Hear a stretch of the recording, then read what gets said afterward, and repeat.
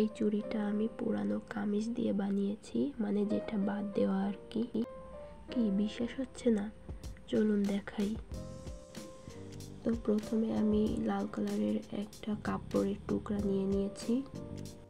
এখন এই কাপড়টাকে চুড়ির সাথে পেঁচাবো।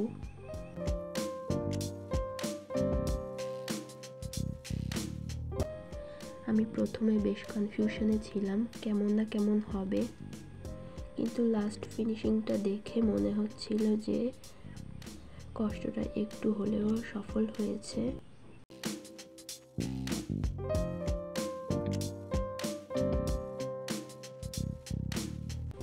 তো এখানে আমার কাপড় পেঁচানো শেষ, আর এরপরে শুরু হবে সবথেকে স্যাটিসফাইং যে পার্টটা।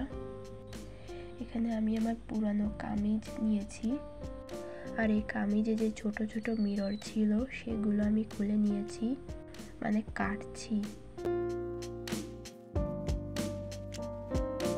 আসলে আমি সবসময় চেষ্টা করি কিভাবে ফেলে দেওয়া জিনিস দিয়ে আবার কাজে লাগানো যায়।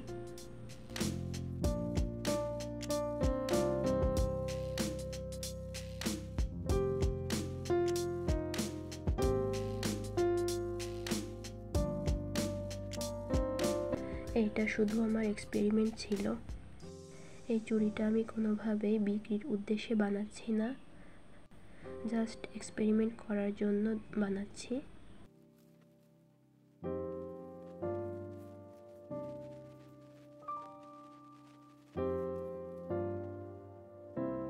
তো অনেকগুলোই মিরর হয়েছে, এবার এগুলোকে আঠা দিয়ে চুড়ির সাথে লাগাবো।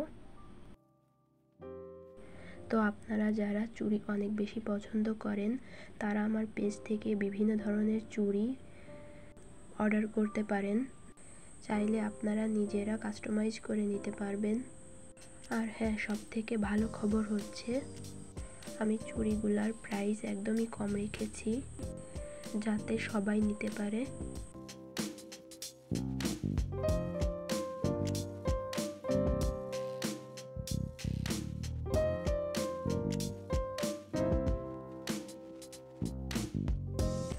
তো দেখতে দেখতে আমার চুড়ি বানানো প্রায় শেষ। তো আজ এটুকুই ছিল, পরবর্তীতে আরো ভালো কিছু শেয়ার করব। Tata, bye bye.